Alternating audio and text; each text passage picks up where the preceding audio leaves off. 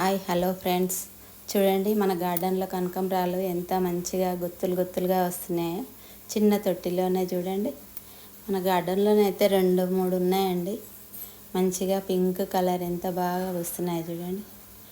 ఇంకా మన గార్డెన్లో మల్లెపూలు మల్లెపూల ప్లాంట్, ఇంకా అది దవనము, ఇవి 3 ఉంటే ఎంత సంతోషం కదండి.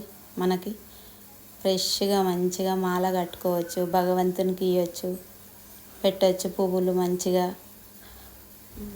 చూడండి ఎంత బాగా వచ్చినాయో, పింక్ కలర్ బాగా వస్తున్నాయి గుత్తులు గుత్తులుగా మల్లెపూలు. వీటికి నేను మీకు చెప్తూ ఉంటాను కదా, rice water, kitchen waste compost, banana peels liquid water ఇస్తాను అంటున్నాను కదా.